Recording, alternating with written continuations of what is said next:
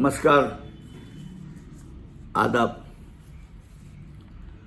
आपका मेरी अपनी महफिल में एक बार फिर इस्तकबाल है, स्वागत है।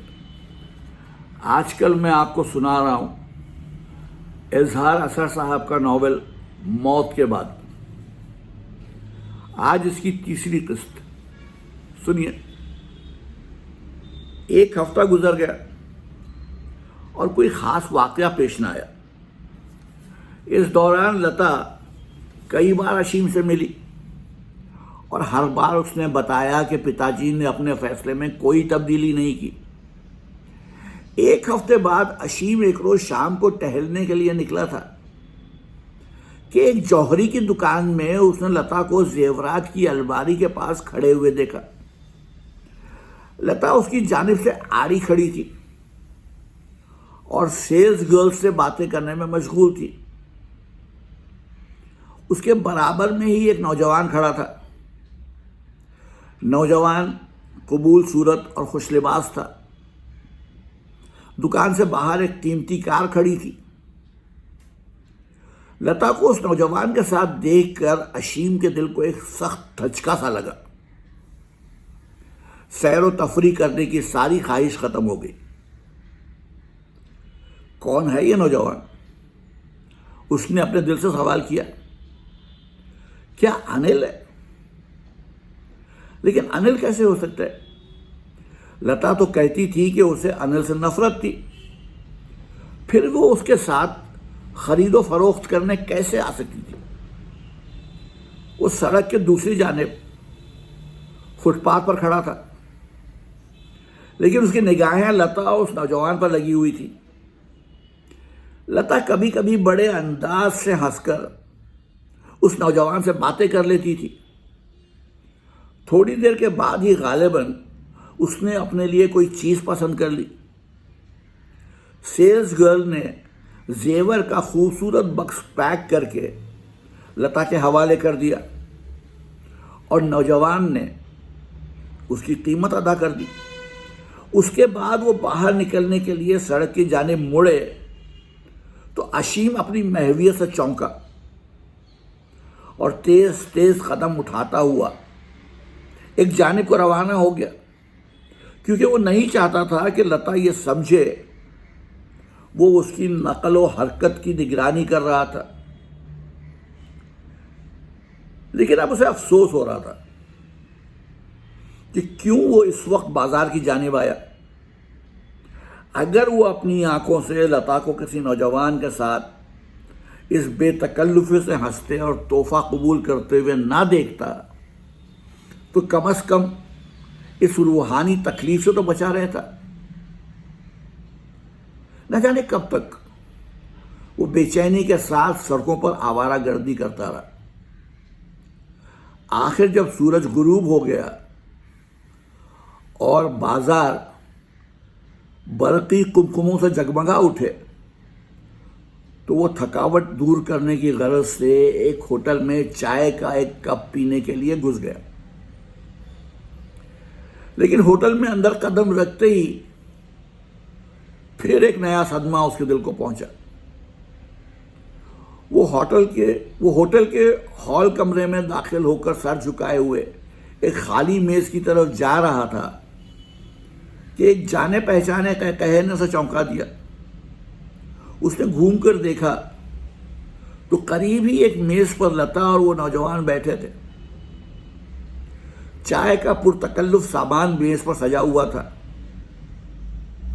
और लता ना जाने किस बात पर कह लगा रही थी। मुसरत और जोश के बायस उसका चेहरा सुर्ख हो रहा था। यकायक लता की नजर अशीम पर पड़ी और उसका कहा हलक में ही घुटकर रह गया। अशीम के चेहरे पर शुकूक के आसार देखकर वो पीली पड़ गई। अशीम ने ठिठक कर एक दो लम्हा उनकी जानिब देखा और फिर सर झटक कर आगे बढ़ गया। लेकिन उसे फौरन ही लता ने आवाज दी, मिस्टर अशीम। वो लता की आवाज सुनकर घूम पड़ा और मरे मरे कदमों से उनके सामने जा खड़ा हुआ। ओ मिस्टर अशीम, आइए हमारे साथ चाय पीजिए। शुक्रिया। अशीम ने होठों पर ज़बरदस्ती मुस्कुराहट लाकर ज़रा तंजिया अंदाज में कहा, मैं आप लोगों के तखलीए में मुखल नहीं होना चाहता। नहीं नहीं, ऐसी कोई बात नहीं, लता ने जल्दी से कहा। आइए आपसे मिलिए, आप हैं मिस्टर अनिल कुमार, और मिस्टर अनिल ये हैं मेरे दोस्त मिस्टर अशीम, हिंदुस्तान के मशहूर नॉवेल निगार। अनिल ने बड़े तकल्लुफ़ के साथ उठकर हाथ मिलाया और कुर्सी की जानिब इशारा करते हुए बोला, आइए आइए मिस्टर अशीम, तशरीफ़ रखिए। हम ऐसी कोई ख़ास बात नहीं कर रहे थे कि आपकी मौजूदगी से जिसमें खलल पड़े। अशीम बैठ गया। लता ने चाय बनाकर उसकी जानिब बढ़ा दी। लता अब खामोश थी। उसके कहे संजीदगी की राख में दफन हो चुके थे। आपके कई नॉवेल मेरी नज़रों से गुजरे हैं मिस्टर अशीम।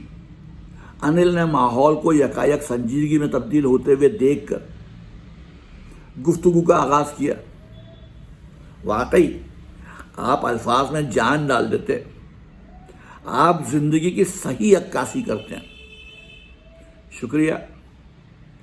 अशीम ने ज़ेर-ए-लब मुस्कुराकर तकल्लुफ़न कहा, आपकी ज़रा नवाजी है। मैं तो हैरान हूं कि पता नहीं ये इतने अच्छे अच्छे प्लॉट कहाँ से तलाश करते हैं। लता ने कहा, जिंदगी में कदम कदम पर अफसानों और नावलों के प्लॉट मिलते हैं मिस लता।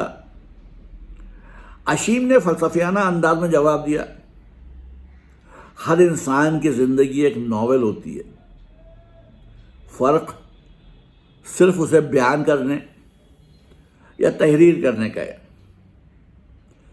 क्या मैं भी अफसाना निगार बन सकती हूं? लता ने हंसकर पूछा। क्यों नहीं, अगर आप कोशिश करें तो जरूर बन सकती हैं, अशीम ने जवाब दिया। आपको अफसाना निगार बनने की क्या जरूरत है? अनिल ने हंसकर कहा, आपकी जात से ही तो अफसाने बनाए जाते हैं।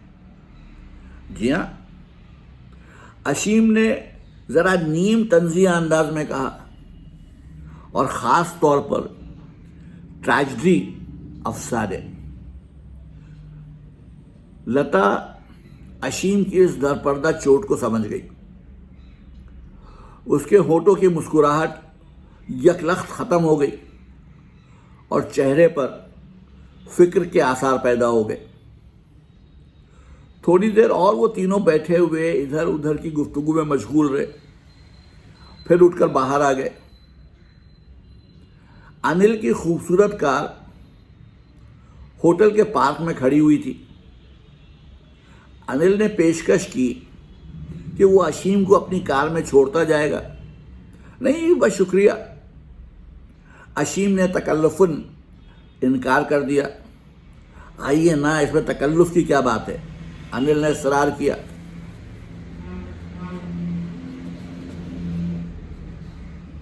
एक रोज़ कार में बिठाकर आप कुछ गरीब की आदत बिगाड़ते हैं, अशीम ने हंसकर कहा। लता का चेहरा संजीदा हो गया। अनिल ने ज़बरदस्ती अशीम का हाथ पकड़कर उसे कार में बिठा लिया और कार सड़क पर दौड़ने लगी। बस मुझे यहाँ उतार दीजिए, वो सामने मेरा गरीब खाना है। अशीम ने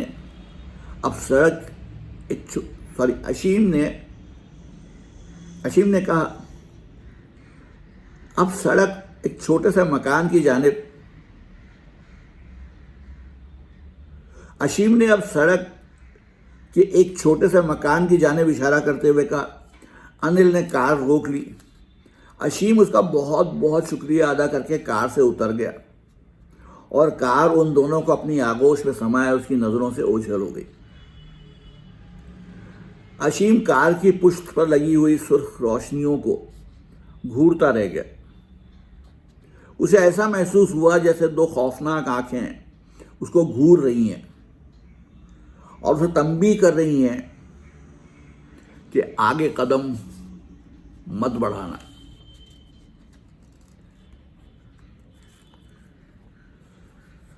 दूसरे रोज उसे बुखार था।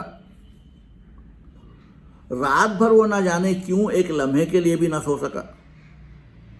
हालांकि लता की जानिब से कोई ऐसा हौसला शिकन रवैया इख्तियार नहीं किया गया था, फिर भी अनिल के साथ उसको देखकर अशीम के दिल को सख्त सदमा पहुंचा था।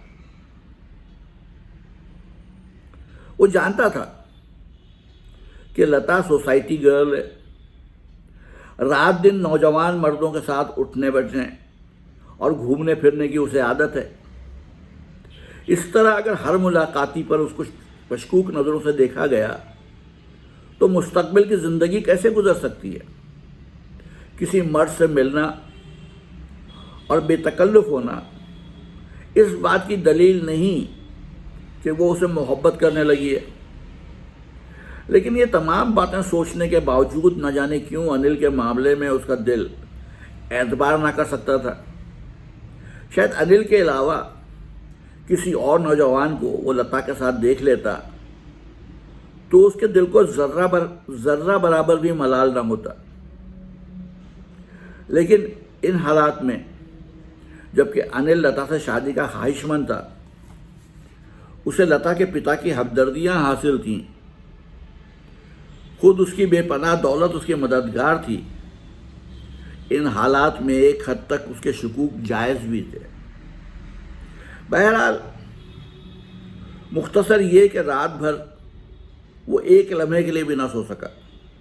सुबह होते होते शायद कुछ देर के लिए उसे गुनूदगी सी हुई, लेकिन सूरज की पहली किरण अपने चेहरे पर पड़ते ही वो चौंक कर उठ बैठा। उस वक्त उसे महसूस हुआ कि सारा जिस्म बुखार से तप रहा है। दिमाग पत्थर की तरह बोझल और बेजान था और आंखों से चिंगारियां सी निकल रही थीं। वो फिर बिस्तर पर लेट गया और आंखें बंद करके लता के तस्वुर में गुम हो गया। एक जोरदार खटके के साथ दरवाजा खुलने की आवाज सुनकर उसने आंख खोलकर देखा तो सामने सचमुच लता खड़ी थी। हल्के गुलाबी रंग के लिबास में वो सचमुच फरिश्ता मालूम हो रही थी। उसके होंठों पर एक दिलनवाज मुस्कुराहट खेल रही थी। जनाब 10 बज चुके हैं और आप अभी तक आराम फरमा रहे हैं। लता ने दोनों कूलों पर रक्स के अंदाज में हाथ रखकर कहा।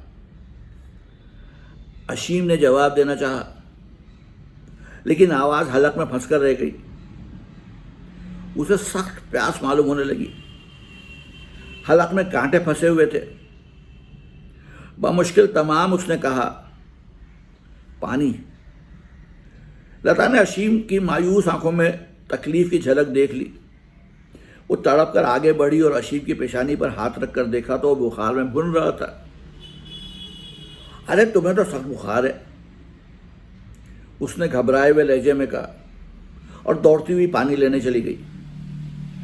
पानी लाकर उसने अशीम को सहारा देकर उठाया और उसका सर अपने शाने से लगाकर पानी का ग्लास उसके होंठों से लगा दिया। अशीम को एक अजीब किस्म की राहत का एहसास होने लगा। लता की आगोश की हल्की आंच में उसकी बुखार की तमाम जलन तहलील होकर रह गई। उसे महसूस हुआ जैसे किसी ने खौलते हुए लावे में से निकालकर बर्फ की सिल्लियों पर लिटा दिया है।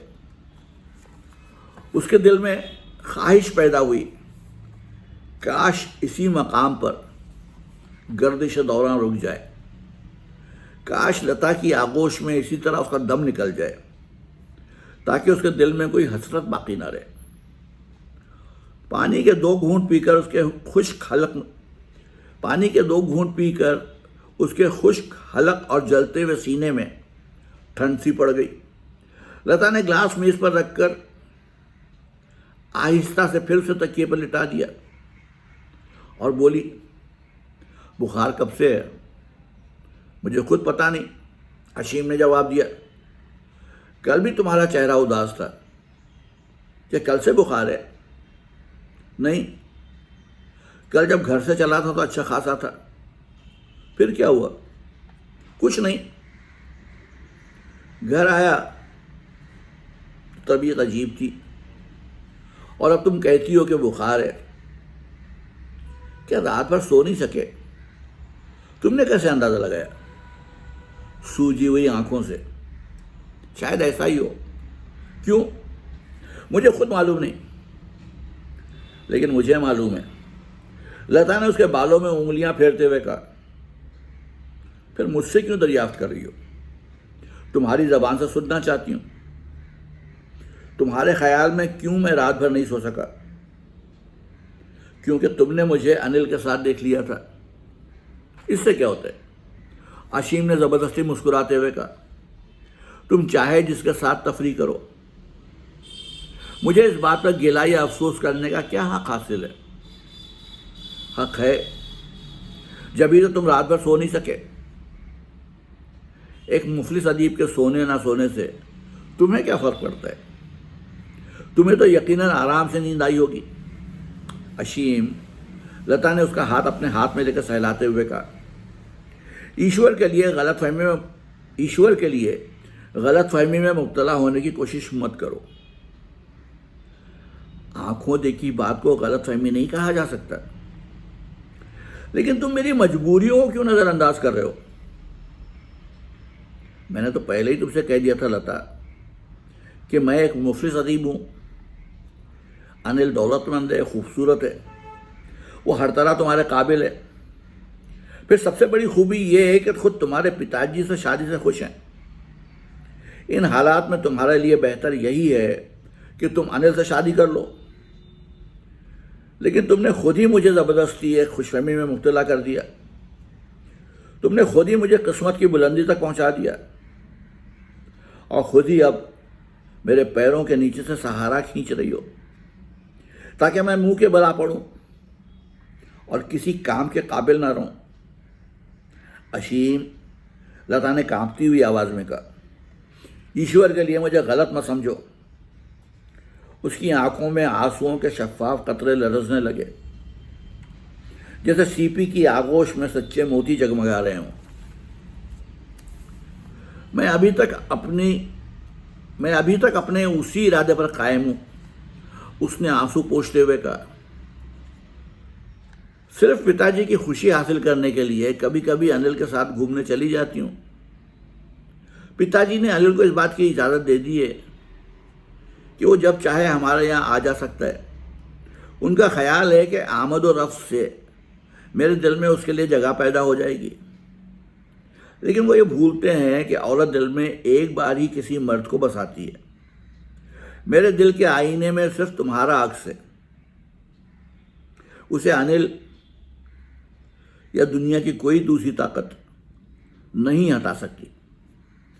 तुम्हारे पिताजी का ख्याल दुरुस्त है लता, अशीम ने कहा। एक अक्स की क्या हैसियत होती है? कोई दूसरी चमकदार चीज़ उस अक्स और आईने के दरमियान हायल हो जाए तो आईने की जगमगाहट में हर चीज़ गायब हो जाती है सिवाय वो जगमगाती हुई शय के। मैं यकीनन तुम्हारे दिल के आईने में एक अक्स की मानंद हूँ, लेकिन अनिल अपनी दौलत के बल पर एक जगमगाता हुआ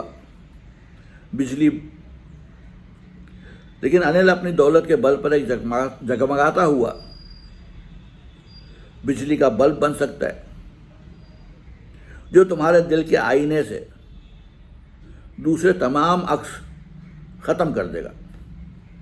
साथ रहते रहते इंसान लाजमी तौर पर दूसरे इंसान के दिल में घर कर लेता है। कल अनिल तुम्हारा कुछ नहीं था, आज वो तुम्हारा मुलाकाती है, परसों दोस्त हो जाएगा, और उसके बाद वो सब कुछ हो सकता है। हो सकता है कि तुम्हारा नज़रिया दुरुस्त हो, लता ने कहा, लेकिन कम से कम मेरे बारे में ये बात सरासर गलत है। मैंने अपने दिल में एक फ़ैसला कर लिया है और अब मैं उससे कभी नहीं हट सकती, खा अनिल और पिताजी लाख कोशिश कर लें। भगवान करे ऐसा ही हो। जी चाहता है कि तुम्हारी इन प्यारी प्यारी बातों पर यकीन कर लूँ, लेकिन अकल कबूल नहीं करती। जब तुम एक हफ्ते में अनिल से इस कदर बेतकल्लुफ़ हो सकती हो, उसके तोहफे कबूल कर सकती हो, तो कुछ रोज़ बाद तो वो तुम पर पूरी तरह छा जाएगा। यही रस्मी तकल्लुफ एक रोज़ हकीकत बन जाएगा। बस यही मुझे डर है। तुम्हें डरने की कोई ज़रूरत नहीं डाली। लता ने दोनों हथेलियों में अशीम का चेहरा थामते हुए कहा, लता सिर्फ तुम्हारी है और हमेशा तुम्हारी रहेगी। लता अपने अशीम की खातिर एक करोड़पति अनिल को नहीं, अगर ऐसे ऐसे लाखों करोड़पति अनिल भी आए तो उन सबको ठुकरा देगी। काश हमारे ये ख्वाब माफ़ कीजिएगा, काश हमारे ये ख्वाब हकीकत बन सकें। यकीन करो ऐसा ही होगा, लता ने जवाब दिया और झुककर अनिल के खुश होठों को चूम लिया। फिर यकायक उसे ख्याल आया कि अशीम बहुत तेज़ बुखार में मुब्तला है, इसलिए उसने चौंक कर उठते हुए कहा, अरे मैं भी कितनी बेवकूफ़ हूँ, तुम्हें बुखार है और मैं इत्मीनान से बातें कर रही हूँ। ठहरो, मैं अभी डॉक्टर को लाती हूँ। नहीं, डॉक्टर की कोई ज़रूरत नहीं, अब मैं खुद ब खुद अच्छा हो जाऊँगा। तुम्हारी बातें दवाओं से ज़्यादा अपने अंदर एजाज़ मसीहाई रखती तुम्हारी बातें दवाओं से ज़्यादा अपने अंदर एजाज़ मसीहाई रखती हैं। लता शर्मा गई, उसके गुलाबी रुखसारों पर तेज़ सुर्खी छा गई। तुम हर वक्त अपने अफसानों की दुनिया में खोए रहते हो, लता ने जवाब दिया और तेज़ी से डॉक्टर को लेने चली गई। 15 मिनट बाद ही डॉक्टर आ गया। उसने मुआयना करके बताया कि कोई ख़ास बात नहीं, उम्मीद है कल तक बुखार उतर जाएगा। दूसरी बार फिर लता डॉक्टर के साथ गई और दवा बनवा कर ले आई। दोपहर तक वो अशीम के पास बैठी हुई अपनी बातों से उसका दिल बहलाती रही, खुद ही अपने हाथों से दवा पिलाती रही, जिससे अशीम की तकलीफ आधी रह गई। 1 बजे के करीब वो शाम को फिर आने का वादा करके चली गई और अशीम आंखें बंद करके फिर उसके तसव्वुर में गुम हो गया। तो ये थी मौत के बाद की तीसरी किस्त। कल फिर आऊँगा, इसकी चौथी किस्त सुनाऊँगा। तब तक के लिए इजाज़त, आदाब।